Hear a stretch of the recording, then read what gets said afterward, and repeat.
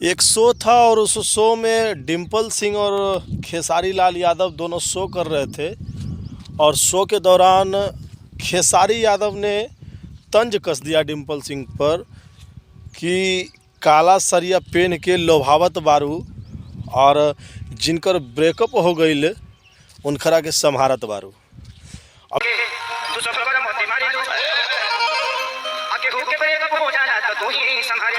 इस मतलब को अगर मतलब निकाला जाए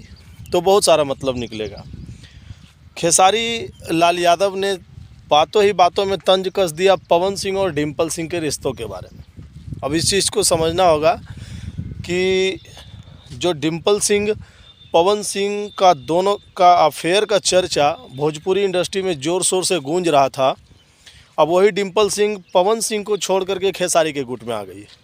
और खेसारी के साथ में स्टेज शो, खेसारी के साथ में बहुत सारे शोज और गाने कर रही है। आखिरकार ये भोजपुरी में होता क्या है कि हीरोइनों का अदला बदली होता है, एक दूसरे से लड़ करके कोई पवन सिंह के गुट से खेसारी के गुट में जाते हैं और कोई खेसारी से पवन सिंह के गुट में। आखिरकार इस बार अब की बार जो है वो डिम्पल सिंह का नंबर आया और डिम्पल सिंह पवन सिंह को छोड़ करके खेसारी के गुट में आ गई। अब सोचने वाली बात यह है कि पवन सिंह और डिम्पल सिंह का जो रिश्ता इतना अच्छा था, एक तरह से कहें तो साली और जीजा का था। पता नहीं इन दोनों के रिश्तों को किसकी नज़र लगी जो ये दोनों अलग हो गए। भोजपुरी में इनकी वाकमाल जोड़ी को पसंद किया जाता था और पसंद करने के साथ साथ इनकी बहुत सारे गाने और बहुत सारे शोज़, बहुत सारी फिल्में आती थी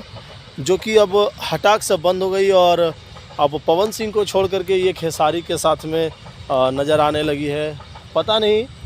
कि पवन सिंह के साथ उनका क्या खटपट हुआ है, लेकिन भोजपुरी में ऐसा ही देखा जाता है कि जिसकी